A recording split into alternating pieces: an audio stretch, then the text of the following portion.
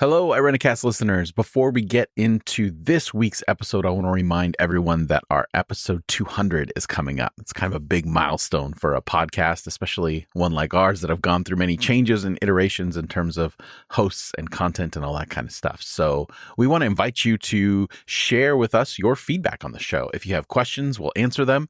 If you have comments, we'll put them out there. If you have criticisms, we'll probably keep those to ourselves. But, you never know. So with our 200th episode coming up, we want to make it kind of a Q&A fun celebration of the show and hopefully just highlight how the guests and content that we've put out there has helped, inspired, or even challenged you in your spirituality.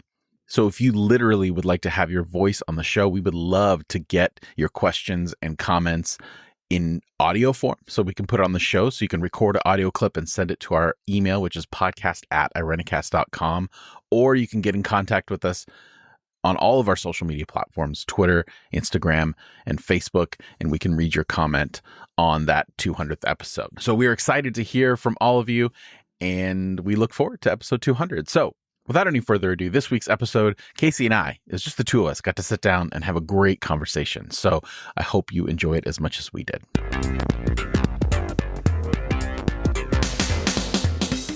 Hello, everyone, and welcome. We are Irenicast, a group of folks leaning into our progressive Christian imagination. I'm Casey. And I'm Jeff. And on the first and third Tuesday of every month, we provide conversation for shifting perspectives on theology and culture. Thank you for joining us. Bonnie and Rajiv are on assignment, and so we are here. Just consider it the Irenicast All-Star team. Is that how we're going to? Sure.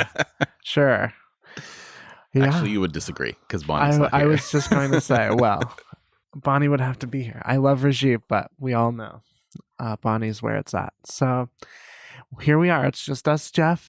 We have been just sort of really in the last few episodes, I think, trying to draw in some other voices and some other thinking around important conversations around Christofascism, and then we had Tom Ordon talking about end times from a process place, and I think that these are all really important conversations. And also our great conversation with Sela about generational divides and stuff like that, and how that plays into everything, and how dramatically our perspectives are from generation to generation. That's right. And in these days, when it feels like the end of the world is coming, it might be important for us to continue to keep our gaze raised and remember the overarching narratives of history and how we play a part in that. So this week we are going to be talking about, it's basically a history lesson, Jeff. We're going to be talking about queerness and Indigenous communities, and we also will be talking about a sense of purpose and community and belonging. These are all things that, for any of you who know me well, know are important to me, and I think they should be important to you too. Looking forward to it. This is going to be fun. And today in our conversation, we are going to be bringing back an oldie but a goodie segment, Jesus Juke. And so I always look forward to hearing Jeff's, interesting sermon illustrations. So mostly inappropriate, but That's right. That's right. So Jeff, talk to me about what it was like for you as a youth pastor. I've heard you talk sort of in the past about navigating your own feelings about some of the things that you said, or you still think about some of those queer young people that you were pastor to. And what is that like for you? That is a good question. I still hold a lot of guilt because I did perpetuate a lot of the systems and a lot of the purity culture things that we talk about a lot. I did all the cliche things, separating the boys and the girls, doing all that stuff, being a part of creating, quote, accountability groups for young men in particular who were struggling with their sexuality. And that even that term, like struggling with their sexuality. I loved accountability groups. Yeah, I can't imagine. Joking. Like, I mean, talking with you and, getting to know you over the past few years, and then, other people, and just hearing what it was like internally to be in those settings, amplifies that guilt for me. And I'm just a general guilty person, self-loathing kind of person anyway. As a good recovering evangelical would be, right? Right. So, but I do. And I'm thankful that many, I don't know all, I don't know what was going on in everyone's heart and mind and spirit during that time, but I'm thankful for the relationships I have with many of those students and, leaders that were working with me. I'm thankful that I have good relationships with many of them now, and that despite all my mistakes, they still found value in the ministry that we provided, and they still found at least a semblance of acceptance. But I know that that's not true for everyone. And I know that's not true for the ones that maybe came in the door once or twice and then left, and that's their lasting impression. Again, not to make it all about me, but I think it's emblematic of all the things that we've talked about and the spaces that we've created, especially for those of us that were in ministry and evangelical settings. So yeah, I mean, it's hard to quantify. Sure. Exactly. And I think I just got to a place where I'm like, I have to just listen to people's stories and keep it at that.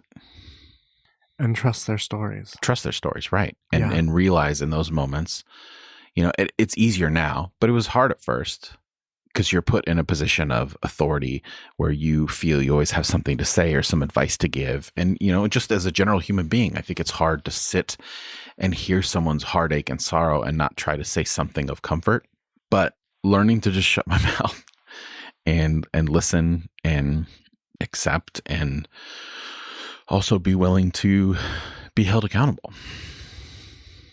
Yeah, I appreciate that. I think that listening piece and noticing what's happening around you without making judgment is really important, right? Like, what I think one of the most important things that this podcast has been offering over the last few months, the ability for our listeners and for ourselves to take in and absorb what is happening around us from perspectives of other people, and to say, how does this impact us or not? Right. But, and despite, especially like you're talking about in Sela's situation, a lot of what we do impacts our generation. And we could come from it was snowing both ways, walking to school or whatever, that stupid phrases. It's early here, everyone. Well, our version of it would be, you had actually put a disc in a machine and switch your album. So that's our generation's version of walking in the snow. That's right. Or do you know how long dial-up took? Right.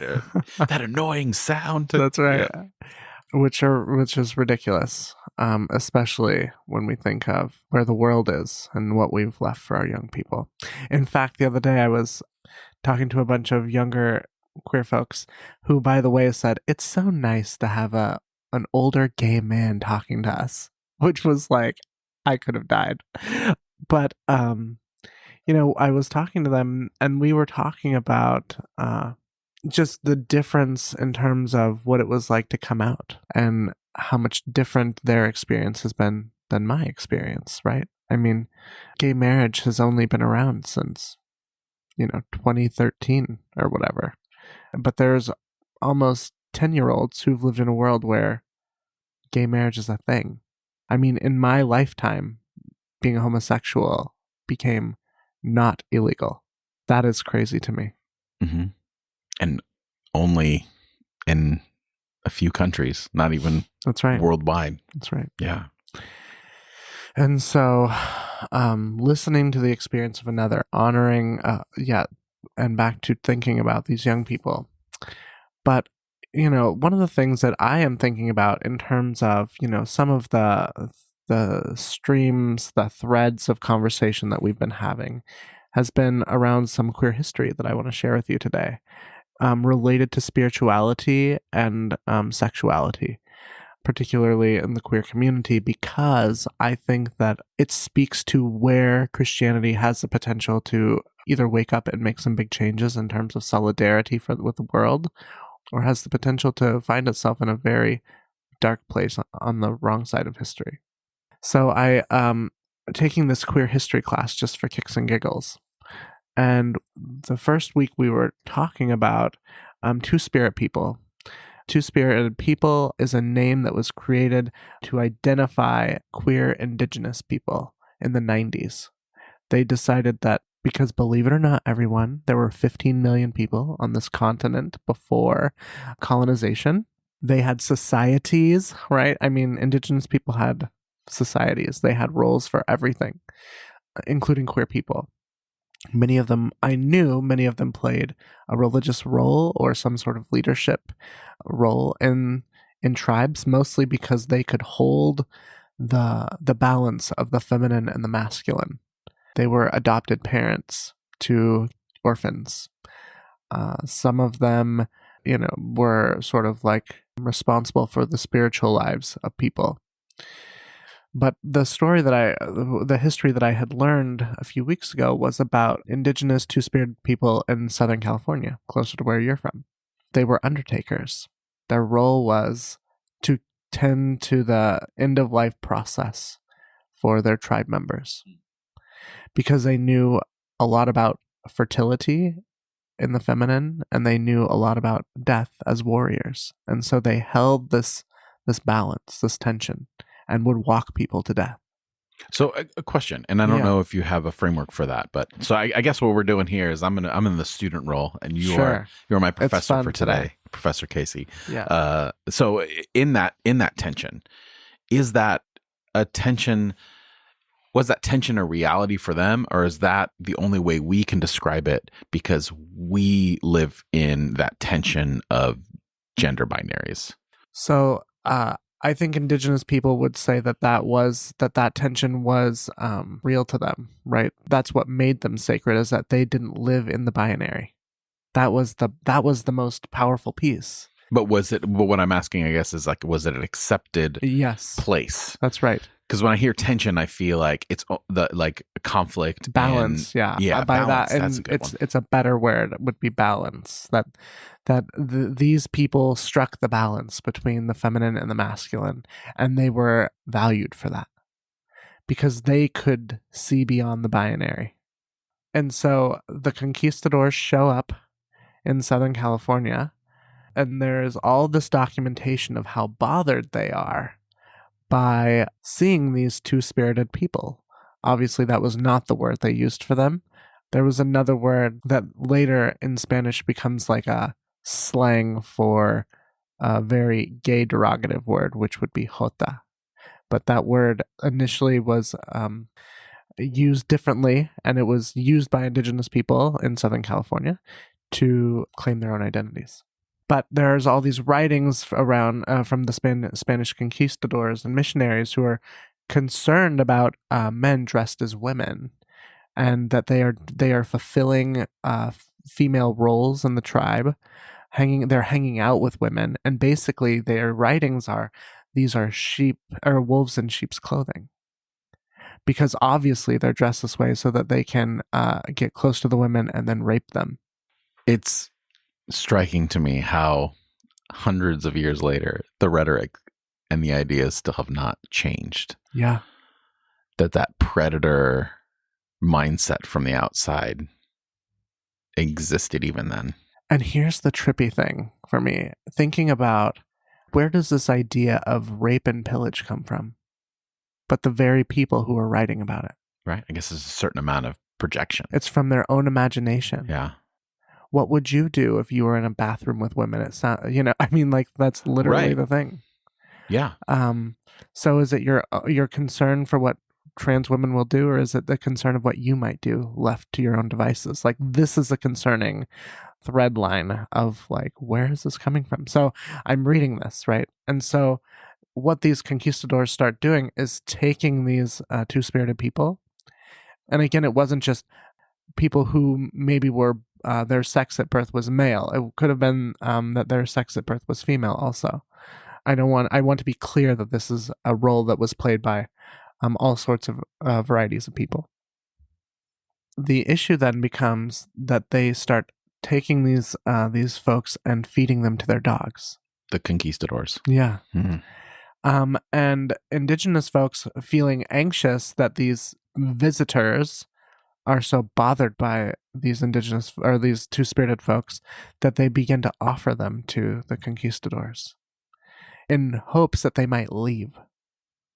Well, if this is the only problem they have with us, then maybe we can offer them up as sacrifice, basically, and then the Spaniards would leave, thinking that that was just the issue.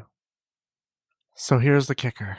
Remember how I said their role in the community was to bury the dead, to tend to their dying.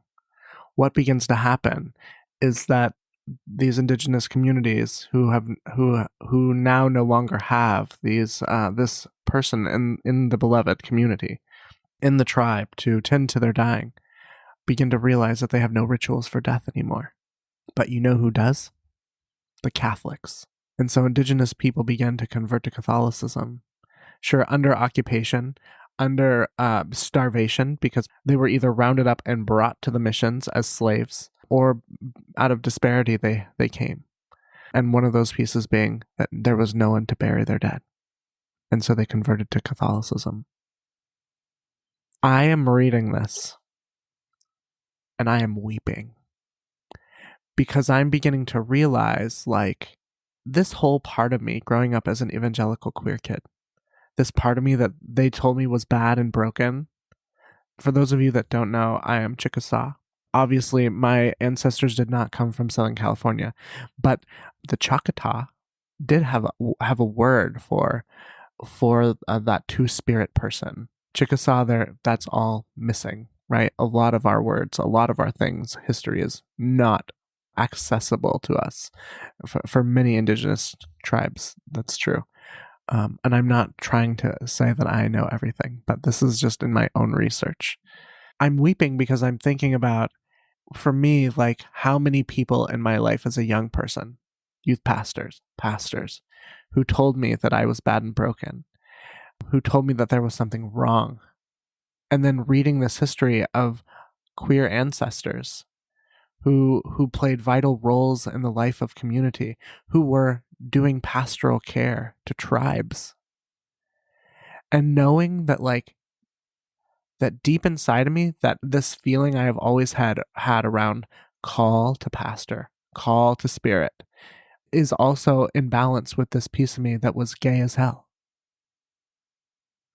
And that both of those things were beautiful and essential parts of my being.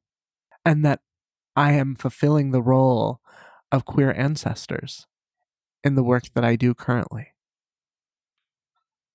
That's amazing.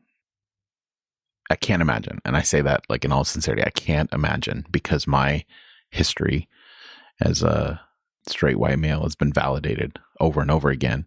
And the way that we talk about oppression, racism, homophobia, the way we talk about it that was just back then. That was back then. Things were different. I can't imagine how freeing and moving it was to discover that is not the case, and that there's always been a place in your lineage that you can continue. I'm thinking about all the queer young people that I know and how deeply spiritual they are.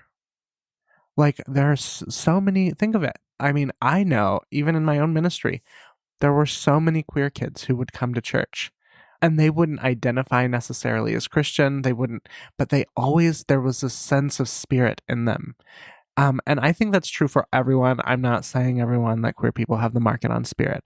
I'm just simply saying that, but to counter that, there are many people that say that they do not have spirit. That's right. That's the point. Mm-hmm.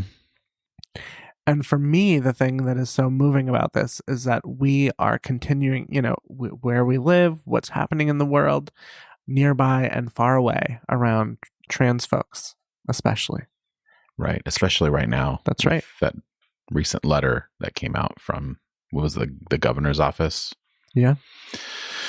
In Florida, they're trying to pass a bill, right? That Mm-hmm. Don't say gay or something crazy like that. And so all of these, the hyper rhetoric, again, is bubbling up around anti-queerness, anti-transness. Iowa being I think it was the first state to have gay marriage, is like the state on full assault against trans people in our country. We are always in these cycles of what will we do next? What is our posture and our responsibility to care for the least among us, right? And so I'm reading these things and I'm thinking about our own past, but also our own present. And what will we do? And how will we respond? I mean, if you think about the Spaniards writing this down and their concerns and their projections, like you said, we see it. It's the same sort of people who are yelling in school board meetings about not wanting trans kids to play sports, right? Right. One of the things for me in terms of allyship is checking our bias and acknowledging where we've gone or where we have been and where we are going. And I think that that's the hardest part, at least in our current American culture, because our biases are fortified everywhere we turn. You know, our new currency is engagement. So if you can create outrage or division, you create money, you create power, you create wealth. Like literally, that's what's happening. It's hard to put yourself outside of that bubble because it's wonderful to feel validated, to feel right. And I think that it separates us from the stories of others, or it enables us to appropriate the stories of others because we can take something we like and, you know, separate it from its context, from its lived embodied experience. And we've been taught, we get our information from the ones that benefit, you know, whether it's social media or quote unquote corporate media, you know, instead of historians and lived experiences of people and all that stuff. Right. And I think that that's the biggest thing, is that who will we allow to speak? I mean, who will we allow to speak, period? The thing for me is like, can we trust one another to say, like, I hear you? And that's really the only way into the future, is the ability for all people to be at the table and to say, this is my lived experience and how do we fix it? How can we hear each other enough to say, I no longer want to be the one to make these assumptions about your lived experience, and I don't want to act as if I know anything. Can I ask you a question? Sure. Personal one? Yeah. So growing up in evangelical circles, there's probably few groups that were given a narrative more than LGBTQ teens about what life was going to, quote, be like if you continued down a certain path. Yeah. How living in that felt, especially for someone like you who was heavily and deeply involved, that would be considered a leader. And what the journey was like, whether you had moments of like acceptance and genuine like trying to struggle through it. I guess maybe the journey from who you knew you were and how you went to full acceptance of who you are, and what were some of the main, at least for you, what were some of the main tent poles in that? Well, I think one of the biggest things is, speaking of evangelicals, Ted Haggard was one of the big moments for me, because Ted Haggard was this. Any of you who have watched Jesus Camp, he's in fact in there. He like makes homophobic jokes in Jesus Camp. He was a mega church pastor in Colorado, and he was arrested for having sex with a prostitute, in the family van. And I remember seeing that in the news and thinking, oh my God, that could be you. Because many of you have heard me say, like, all I ever wanted to be was a pastor. That was the only thing that ever really sparked my interest. It was that call on my life, they would say. There was one moment, one evening, where I had considered killing myself, because it felt like, what was the point? If I couldn't be a pastor, if I couldn't shake this homosexuality thing, I was going to hell either way. Why waste a lifetime with the end result being the same? And so that evening, there was something, whether it was God or my own sort of intuition, that just said, you need to find another way. Do not do this. I got up off the shower floor where I planned to end it, and I started reaching out to, what some back then would have identified as heathen clergy, because they were supportive of queer folks. And I just said, I need another way. I need help. And that was the journey that sort of perpetuated me to this place of moving forward. But honestly, it was only when I got to my previous call, when the church divided over my being queer, half of them left and took all their money with them, that there was this deep sense of purpose. Because as they left, 30 queer kids started showing up to church, not just on Wednesdays, but every day that I was there. I was feeding queer kids and taking them to coffee because there was nowhere else for them to go. And it was like all of the struggle, all of the pain in that moment was clarified with, you now know the way.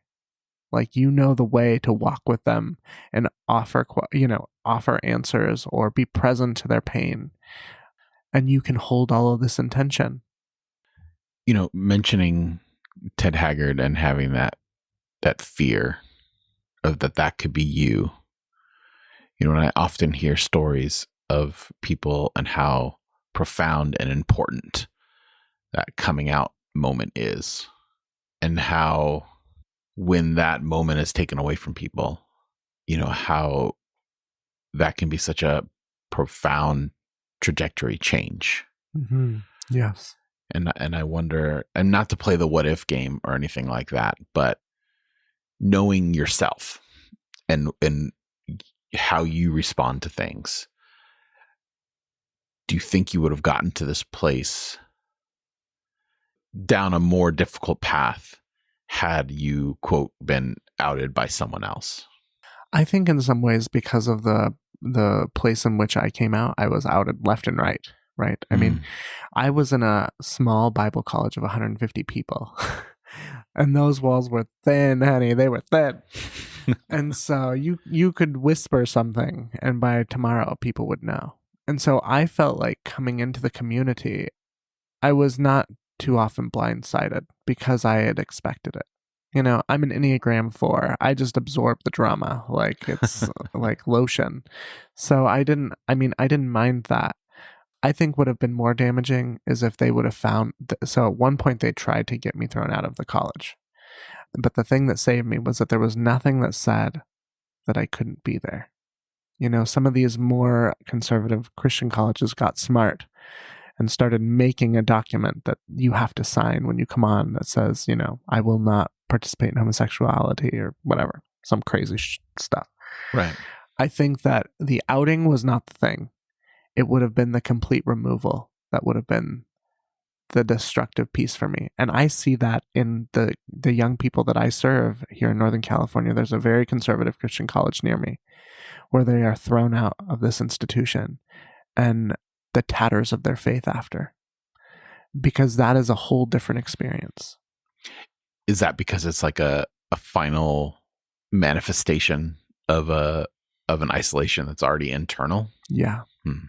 And on the flip side of that, I would say it's more about the experience of community, because this is one of the things that I actually love about being a queer person, is that we have a sense of self that is unshakable. For any young person to have the audacity to come out in a family that looks and acts different than them, in a society that mostly will tell them, well, depending upon where they are, that they are an abomination, that they are bad and broken, that they are not loved. Any person who can grow in that kind of frigidness, can bloom and blossom, has to have a sense of self that is not, I do not feel far from myself. But what I do feel far from, or what I did feel far from, were the people who told me that they would love me no matter what. A community that said that God loved me and that God had purpose and plan for my life. And that when that piece is removed, then it's, who am I? Outside of radically queer and beautiful, how then do I connect to spirit? Who then do I find to be in beloved community with? Because that is something that we are all prone to. We long to be in relationship. That's just the mammal in us, I guess, or whatever. We want to be in relationship. Wow.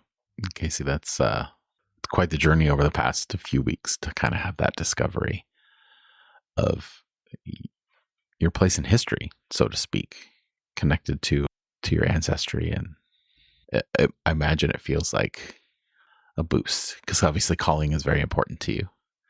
And, all that common thread through everything we've been talking about right now is the sense of calling, and how it goes from feeling so elusive to being so permanent. I don't know if that's the right word, but just having that sense of like, this is what I am and who I'm supposed to be. Yeah. And I think that that's the thing, is that, it's an invitation for anyone who's listening. I think that probably for many of our listeners who now live at the periphery of communities that they loved, right? Or who feel like they have lost their way. The invitation is to remind them that they too are deeply spiritual, and to trust themselves. Trust yourself, friends. That's the thing that I'm walking away from, is that for so many of us at some point in our life, that trusting ourselves is ripped away from us. Whether that be, in adolescence, or whether that be in the trauma of being in toxic religious communities, there is a moment where we lose touch with that inner voice. And that is sort of the thing, is that nobody outside of you gets to speak for who you are. Nobody outside of you gets to classify you and clarify you. You alone get to do that. And that we all play a part. Like, we all play a part. And so when we hear about Christofascism, and we talk about the end times, and the invitation that times are just always ending, and how do we ride that wave with a little less anxiety? By just trusting our own intuition and tending to the things we need to. Yeah. The way that you say that, kind of, not to wrap everything up in a pretty little bow or anything, but we've been affected, at least those of us that come from evangelical backgrounds, I think we've been not affected, but infected with evangelical interpretation of calling, that it's something that happens to us. It's something that makes us set apart and special, as opposed to it's something that we live into. It's something that didn't happen in a moment, at a burning bush or at a river or anything like that. All that is a reminder of something that was there from the beginning. Because I've tried to, in my own life, demystify this idea of calling, because I've seen that the damage that it's done in terms of holding on to that interpretation of it being something that happens to you, that sets you apart, that makes you more special than someone else. It's called holy narcissism. There you go. That's a good way to put it. It's exactly it. And coming from a Pentecostal background where everything was spiritualized, and it was, almost akin to a fantasy novel, the way that you interpret your life, and, that everyone has to be the Frodo, the hero of the story or whatever. But demystifying it a little bit, and just maybe listening to you now, I have this like working definition that I want to sit with of calling, of just a full acceptance of self. If we believe that we have been created as whole good beings, and the things that pull us away from that wholeness are oppression and injustice, and all the things that we as progressive Christians are trying to be a part of making better.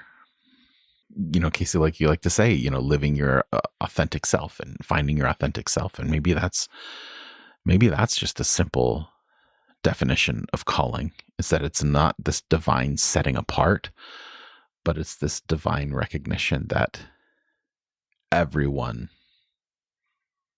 is special. Everyone is valuable. Amen. Well, I think that'll do it for this week. I think so. It's a good conversation, Casey. Thank you for bringing this. I was a little worried how this was going to go because I know we talked a little bit about what the conversation was going to be like, and I was like, oh man, I don't know if I have much to say, but I really appreciate, obviously we have good talks all the time, but now we can record one and let everyone else know, why the relationships that we have with one another exist on this show, and how special and meaningful they are. Yeah, I agree with that. And for those of you that are listening that wish Bonnie was here, I feel you. I'm sure this would have been a way more interesting conversation if she was here. But that'll do it for us this week. To add your voice to this particular conversation, comment on the show notes at irenicast.com/197. In the show notes, you'll find relevant links and a complete list of all the ways to add your voice to this conversation. We also will add the article that I read around Indigenous people in Southern California. Right. Yeah. And we mentioned a lot of stuff in the conversation, like the missions. I mean, here in California, we have a very extensive history on how the missions were planted and all that kind of stuff. So we'll put some articles in the show notes for those as well at irenicast.com/197.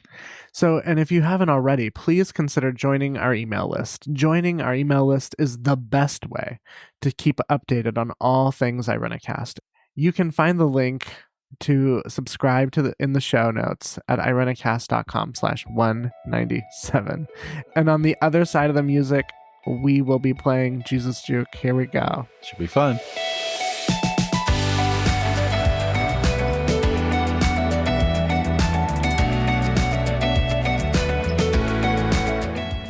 And we're back on the other side of the music here. And so today we're going to be playing Jesus Juke. And for those of you that don't know how this goes, Jeff and I are going to both come up with 2 different items, and we're going to use them as sermon illustrations.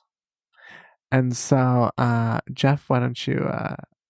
All right. So you want me to give you the item and you're gonna go for it, right? Yes. Okay. And just to clarify for those of you that this is a segment that has been since the infancy of this podcast, and we're not doing serious sermon illustrations. A lot of these will delve into the cringiest parts of evangelicalism, and all in good fun, of course, and maybe more of a cathartic psychological exercise for your hosts.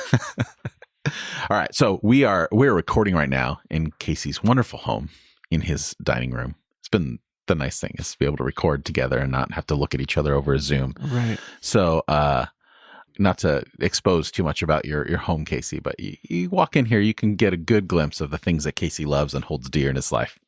One of them being I think a recent discovery, right? I'm looking at these vinyl records. Yes. So that's the thing, Casey. Use the idea of a vinyl record to spin your poetic interpretation of God's will in your life. Yes. So, your soul is like a vinyl record, and the Lord has written things on your heart. But the thing about the vinyl record is that you need a place to play it. You cannot do it in isolation. Why do I have a Baptist voice today? I don't know. You cannot do it in isolation, Jeff. And so, it is in community when the needle hits the thread and all of what God has promised to you and has brought forth in your spirit is played out. Like it. Okay. I'm going to remember that. I'm going to put that in my sermon notebook. And there you go. Okay, Jeff, tell me about a hot tub. Hot tub. Okay. Many times in Scripture, we are confronted with the reality of our sin. Oh. And one of the ways that we show the world that we are on a new path, that sin no longer controls us, is a beautiful, wonderful sacrament of baptism. Oh, you went there. We baptize one another in the baptismal at church, in the lake down the road, even in the raging waters of the ocean. But we also know that in contrast to that, the fires of hell are waiting for us if we do not follow. Here we go. And many times we in life try to walk the line between heaven and hell. Ooh. Many of us want the comfort of water. Yes. And the warmth of fire. And in that attempt to have, quote unquote, the best of both worlds, we are lukewarm in the mouth of God. Many of us are living a hot tub Christianity. Oh my God. Where we want the soothing waters of God, but have not yet let go of the fiery, burning flames of hell. Oh and my challenge to you this morning, no, you did not, is to be a Christian, a river Christian, an ocean Christian, but never a baptismal Christian, but never a hot tub Christian. For around the corner is the fiery coals of hell waiting for you. Oh my God. I think that would have gone over well back in my evangelical days. I can just hear them. I can hear people standing to their feet. Yes. Oh. We can have a hot tub burning ceremony. All right. Let's see. Sprinklers. Continue with the water theme. Sprinklers. Okay.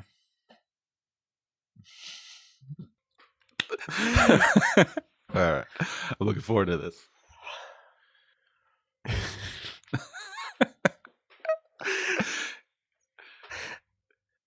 We hear from the Apostle Paul that it is our role to be the body of Christ. Some of us are the hands, some of us are the feet. And so there are some who are called to plant the seeds, and there are others who are called to water the seeds. And I tell you this morning, siblings in Christ, sometimes you just need to spray people. You need to just give them a good wetting so that they might flourish in Christianity. That's very on brand. Yeah. I like it because, a lot of in youth group snickering at some of the worship songs because they're very yep, that's right. Innuendo. Be a squirter, not a planter. Oh man, that's your sermon title right there. Yeah, that's right. Oh goodness. Okay, Jeff. Air fryer.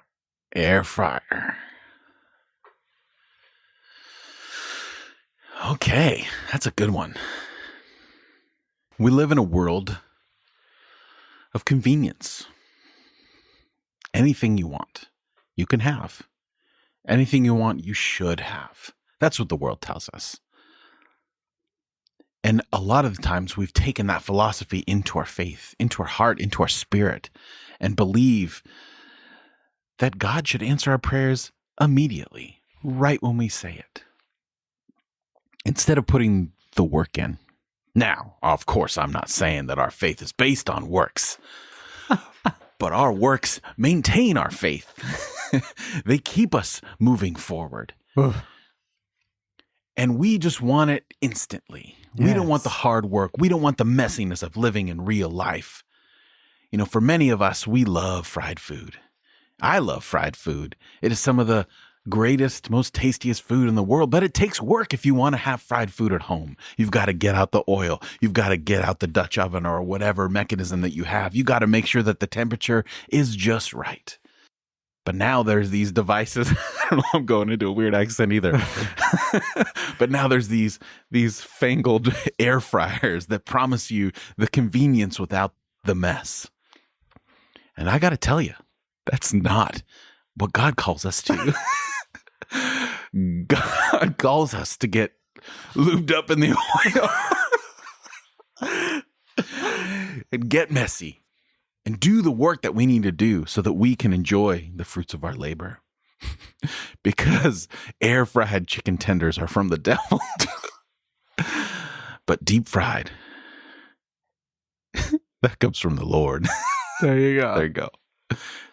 Not my finest, but I have thoughts on deep fryers anyway. Well, that's another segment. Yeah, I guess. I'm sitting here thinking about Jeff. Like all of Jeff's stuff is about burning. Right. Yeah. You must have been a Pentecostal. Oh yeah. A fire and water are like the Pentecostal emblems, right? Yeah. Well, I guess that does it for us this week, Jeff. I guess so. Yeah, we may not have any listeners after this week, but I know sometimes we feed into our worst tendencies when we get together, Casey. I know. If you enjoy Irenicast and would like to join the work we are doing, please consider donating to our PayPal link at irenicast.com/PayPal. We are committed to keeping the show free for listeners, but there are costs involved and your financial support helps. That's irenicast.com/PayPal. Irenicast is also a nonprofit organization, so your donations are tax deductible. You can also support the show by simply making sure you follow the show wherever you listen to your podcasts. And if the platform allows it, please leave a rating and or review. So for this week, I'm Casey. And I'm Jeff. Thanks for joining the conversation.